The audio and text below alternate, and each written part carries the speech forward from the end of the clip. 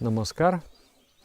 Initially, I wanted to record a video named "Where Does the Jealousy Comes From?"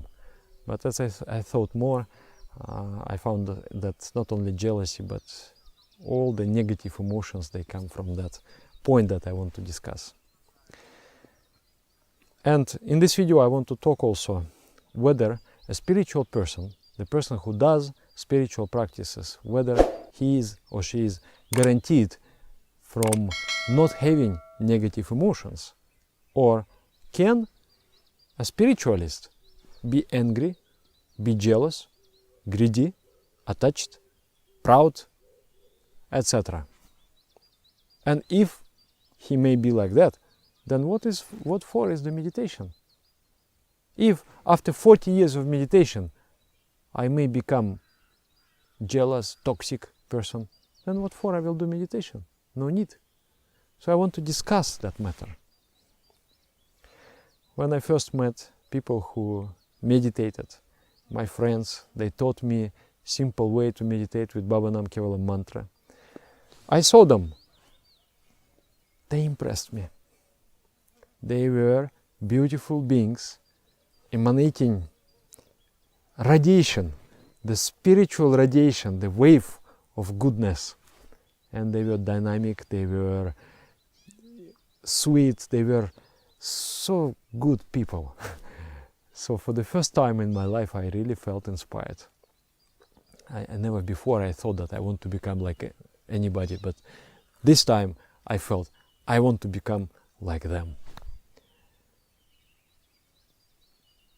And I thought they were beginners. They were just like 1 year practitioners, 2 years practitioners, and they were doing meditation, but they were serious. They were serious in their practice. 2-3 times per day they were doing. From 30 minutes to 1 hour, they were sitting in meditation. So that routine created that energy about them. So I thought, if the person meditates just for 1 year and becomes like that, what will become of him after 40 years? Wow, this is very, very, very, very, very inspiring. So must be that 40 years meditator, he is a flawless person. He has no defects. He has no problem. The anger, jealousy, all these things, they must be far away from him. But experience did not prove this theory. I happened to meet people who meditated long in their lives, but still they are toxic. Still they are expressing negative emotions. So that puzzled me. I thought something, I misunderstood something. Why is it like that? So I want to talk about that, because it is important for everybody to understand. When we come on the path of spirituality, most of the time we are undeveloped. Undeveloped means the body part of our person is dominating. We are more physical beings than the psychic or spiritual beings. And the mind is, the personality, the mind is small. And due to the practice, due to the yoga practice, meditation practice, the volume, the kilograms, the liters of our personality, they will increase. The mind is going to get enlarged in the process of spiritual practice. So this mind becomes this mind. It's just like a drop of milk and 10 liters of milk. From the drop of milk, nothing can be done. But from the 10 liters, you can make cheese, you can make cottage cheese, you can make different caramels, sweets, and so many things you can do from 10 liters of milk. So with a little mind, the person cannot do much. If he is in a good energy, he can do something good here, something good there, and he is just a nice person, though not very powerful and significant in his expression in society, but he is a good person. We experience that energy. That's what I experienced when I met them. And then if the negative energy dominates the mind, the person also does something evil here and there, but is also not significant. But when we develop our mind, then every our action becomes big. The good we do becomes big. The mistakes we do also become big. the big personalities, they have also big mistakes. And it's just like a milk. The milk can be fresh, the milk can become sour. The good thing is that the sour milk also can turn back into the fresh and sweet milk. So the mind, the volume is different, but the quality of the mind is the same. The guna of the mind, the energy which dominates the mind, defines the quality. If the crude energy is there, the negative emotions, so-called negative emotions, appear, the primitive emotions, such as jealousy, such as greed. If the energy of the mind is subtle, all the noble sentiments awaken. And it can happen here, it can happen here also. But in the beginning, when we start practicing yoga, it is very easy to make mind positive. Because the body dominates, and you change the body. You change your lifestyle. You wake up early, you do asanas, physical exercises, take sentient diet, the sattvic diet, the vegetarian diet, and then clean the toxins through fasting. And that simple routine, and you do also meditation, invoke the cosmic ideation. So that simple routine will change the state of the body, and the body will be just like a locomotive, and the mind will follow as a wagon behind that locomotive. But then I enjoy that kind of life, I became positive, I don't understand how to be negative. But the personality will enlarge, the mind will enlarge. And as I grow, the mind starts to dominate over the body. So now what I do with the body is not as important as it used to be. So now I have to do something more. And as I move forward, what I have to do becomes more and more important. That is why it is said, Utishtata, Jagrata, Prapya, Varani, Badhata, Kshurasya, Dhara, Nishit, Duratya, Durgam, Patastat, Kavayavadanti. It means, wake up, search for realized teacher. The spiritual path is difficult. It is as sharp as a razor's edge. It is difficult to walk upon. First time when I read it, I thought, why is that so? Spiritual path is just do meditation. Nothing difficult. I mean, some discipline is there, but it's nothing impossible as it is described here in this verse. But then as you move on the spiritual path, you understand that the higher you climb, the more dangerous is the fall. So the foundation of life, of the spiritual life, is the moral principles of Dhamma and Niyama. And if you build the house of one store, you need to have somewhat strong foundation. But if you have 30-story building, then the foundation has to be extremely strong. So as you move with the development of the personality, you have to work on building up and increasing, improving your foundation. And that foundation is a certain attitudes that you have in the mind. It's just like different principles, the rules of behavior, the rules of thinking, is just like a jantra, the machine, the certain mechanism that controls the functions of the mind and does not allow the mind become negative. How does the mind become negative? It can only become under influence of the force of ignorance, tamah guna. In one word, to describe the state of that energy is staticity, stagnation. When there is a stagnation, from that stagnation state, negative emotions appear. We are made this is our psychology, this is our structure, this is how we are. If we become stagnant, we become negative. But sometimes you may say, that person is very hard-working, but he is still toxic. How comes? He is not lazy, he is not sitting. But that can be judged, whether he is lazy or not. It can only be judged internally, not externally. Because maybe person is doing so many things, but internally he just performs habitual tasks. He doesn't have to labor spiritually He doesn't have to overcome anything. So internally, he is stagnant. He remains confined in the space of certain habits. He remains confined in his opinions, in his mental structure, and he doesn't go out of that mental structure. He is not growing. He is not working to grow his personality. So from that stagnation, as you progress, the more you have to push to progress further.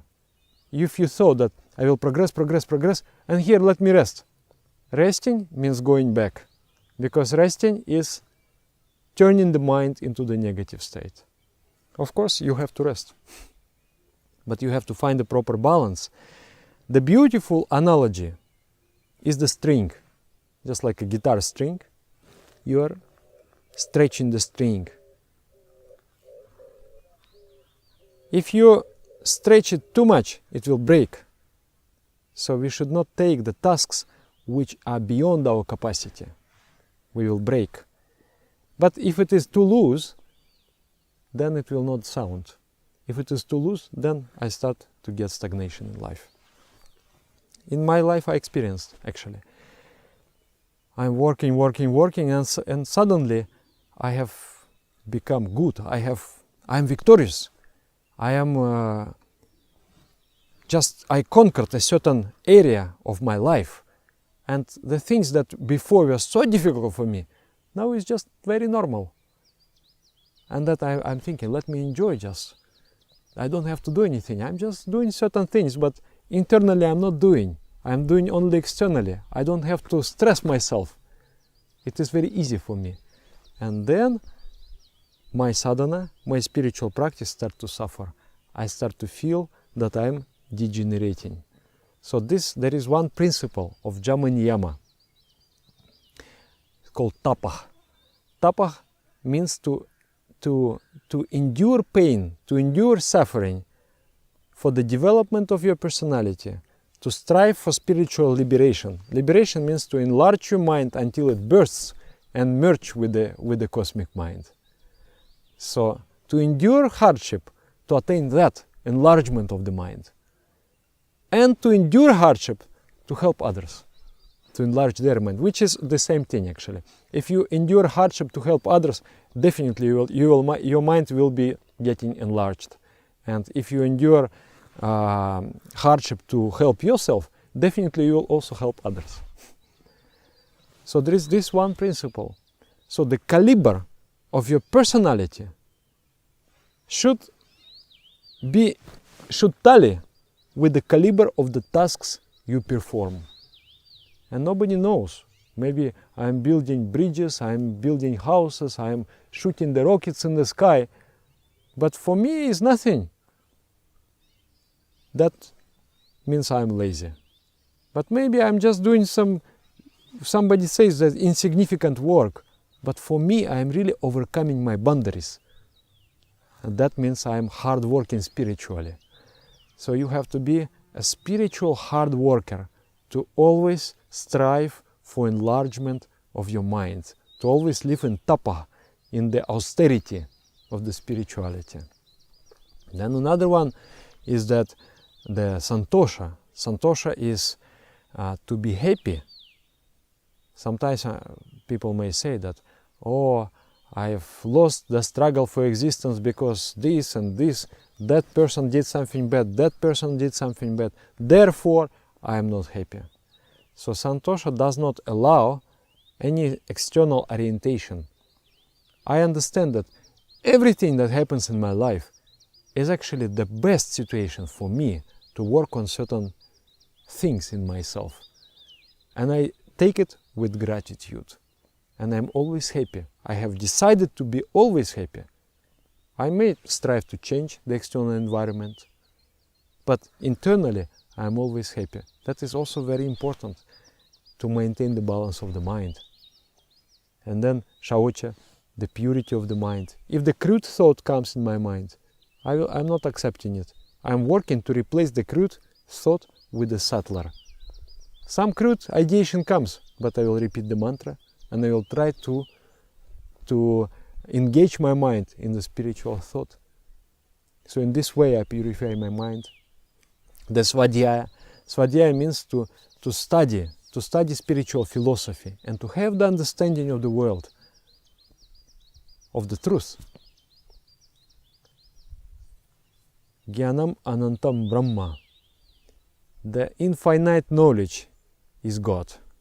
God is infinite knowledge. By knowing different pieces of knowledge, I am getting better and better picture of God Himself. By knowing what is right and what is wrong, and trying to deeply understand the psychology, the action, the life, I follow the svadhyaya principle. And then if I have a proper view of the world, in that case, even though I may experience negative emotions, I will not give in to those negative emotions. I will still behave very decently, and I will still be moving ahead towards spirituality, not falling down, degrading. Then another factor is the samskara. Samskara is the reaction to the past actions. But if my mind is controlled with the machine, with the set of the rules of Jama and Niyama, even the negative samskara comes, awakening negative emotions in me, it will not go further. You know, the samskara is compared with a seed. There is a seed. For example, I slapped someone. I slapped, and then I created the seed of reaction. So for me to get rid of it, of course not so simple, but I'm in a simplistic way I'm explaining, I also need to get, or some other way to experience that pain. So when I get, it doesn't end there. I will be angry and I will retaliate. And I will slap 2, 3, 4, 5 times. So instead of one seed, I'm experiencing the reaction of my past action, and it makes me mad. I become irrational. In that state of irrationality, I am causing more harm. And I am planting another seed for the future requital. The person who is in the positive state, who is in sattva guna, in the state of goodness, he may experience something, but it will end there. It will not go further, because he will act in a rational way. If he needs to discipline somebody, if he needs to punish somebody, he will have to punish, but he will have to do it in a balanced state of mind, not out of anger, not out of any imbalanced emotion. He will act as a rational being, so he will not plant more seeds for the further requital. And this is called Daktha Bija. Daktha Bija means the person who is burnt seed. The seed does not grow. I only eat the seed, but I don't get the seed and seed and seed. The new plants are coming. It's over. My samskara is over there. So Jama Niyama is very important for that. Train our mind in Jama Niyama so that we don't plant further seed of destruction. And very important to push yourself forward. When our master, he was in a physical form, he was putting a great pressure on his disciples, because he knew now the personality has developed. Now the tantric, the tantrika has become, large mind. So that person, he has to work very hard. If he doesn't work very hard, he may become negative. So Guru pushed the disciples to do many different things.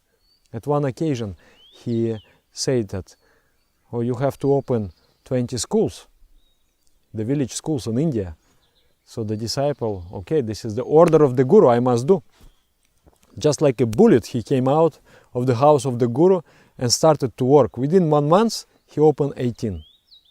Then he came to report, and he said, a little bit proud, he said, I did 18 schools. Then Guru said, what? You promised 20 and you didn't do? You nonsense, only eating and sleeping. in this way he scolded him. So he felt a little bit hurt, and he said, "Go and meditate now." Then he sat for meditation, and there in that meditation he got a beautiful spiritual experience. So Guru brought him into that. He utilized the maximum. He knew exactly what is his string. He knew how to stretch the string in such a way that it gives beautiful sound.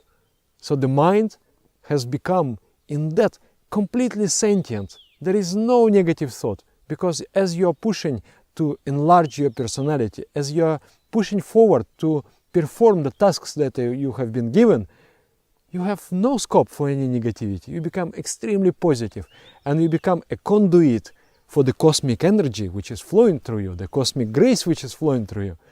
And in that way, the person becoming extremely sentient. In that way, he is able to receive the cosmic energy. So that is the greatest art of life, is how to know your inner, am I trying hard enough? Am I trying hard enough? Am I trying hard enough? And it is only you who can measure. Nobody can measure, because we are different. Somebody this much, somebody this much, somebody that much. And externally we are all the same, but internally we are different. So it doesn't matter what I do externally. Maybe other people will applaud me, other people will say, "Oh, you are good, you are great." But myself, I know I haven't worked hard enough. I didn't deserve. I should.